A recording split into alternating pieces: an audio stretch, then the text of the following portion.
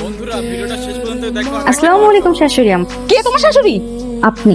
এই রাতুল, রাতুল এদিকে আসো, এদিকে আসো। কে ও? চিনি না।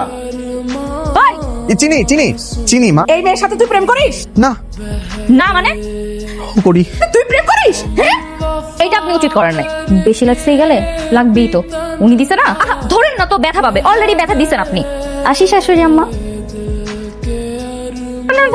কই যাচ্ছ তুমি? এই, এই, এই, এই। আমাকে দেখে পালাচ্ছ কেন? মা বলছে তোমার সাথে দেখা করতে তোমার। কি এই বুড়ির তো বড় সাহস। চল ওই তোর বাসায় তোর মাকে শায়েস্তা করবো। কোন অধিকারে মায়ের সাথে তুমি লাগতে যাবো? তুমি কি আমার বিয়ে করা বউ লাগো বলো? অধিকার লাগবে তোমার, শোনা আগে বলবা না? চলো। কই তোরা দুইজন একসাথে কেন? অবশেষে আপনার ছেলেকে বিয়ে করে চলে আসলাম। আতুল, দরজা খোল।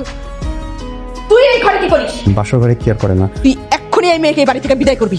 এই বিয়ে মানি না। আপনি মেনে না নিলে আমার কিচ্ছু যায় আসে না। এই লাউগুলা তো ছোট কেন? এটা লাও না গাধা। রাতুল, তো কত বড় সাহস এই বেটির সাথে আসছিস বাজার করতে? সারা জীবন নিজের আঁচলের তলে রেখে রেখে ছেলেকে গাধা বানাইছেন। একটু মানুষ বানানোর চেষ্টা করতেছে, ভালো লাগতেছে না? এখন পর্যন্ত সবজি চেনে না, এটারে বলে লাও। আমি আমার ছেলের 12 মাসে 12 রকমের সবজি খাওয়াই। বলতো এটা কি? লাল ক্যাপসিকাম। এটা নাকি লাল ক্যাপসিকাম।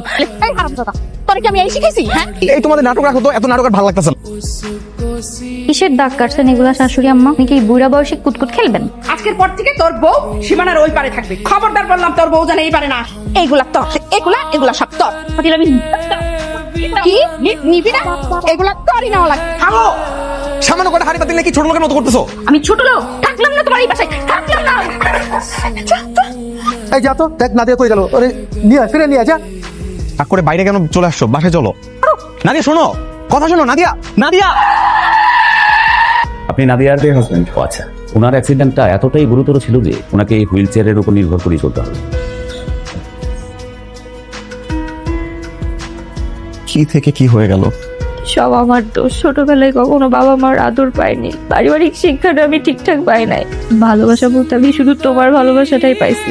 আমি আছি, তোমার পাশেই আছি। মা, দেহের অবস্থা কিন্তু খুব একটা ভালো না। মেয়ের হয়ে তুই আমার সাথে কোনো কথা বলতে আসবি না। দেখলে? নাদিয়া ভালো, আমাকে আর আপনারা বাসায় নিয়েন না, আর আমার আর রাতুলের ডিভোর্সের ব্যবস্থা করেন। আমি কেন ওকে ডিভোর্স দিব? নাদিয়া তোকে সুখী দেখতে চায়। আজকে যদি নাদিয়ার জায়গায় আমি থাকতাম, তোমাদের কি মনে হয় নাদিয়া আমাকে ডিভোর্স দিয়ে চলে যেত? আজকে নাদিয়া পঙ্গু হয়ে গেছে, ওর সাথে আমি ভালো থাকতে পারবো না। আমি মায়ের সাথে কথা বলবো। কিন্তু মায়ের সাথে তোর ঝামেলা। সে তো উনি বলবে ডিভোর্স দিয়ে দে। ডিভোর্সের সব পেপার কি রেডি? একটা থাপ্পড় মেরে না একদম দাঁত ফেলে দেবো। সে ডিভোর্স? আমাকে ফেলে তুই চলে যাবি? তুই আমার সাথেই থাকবি।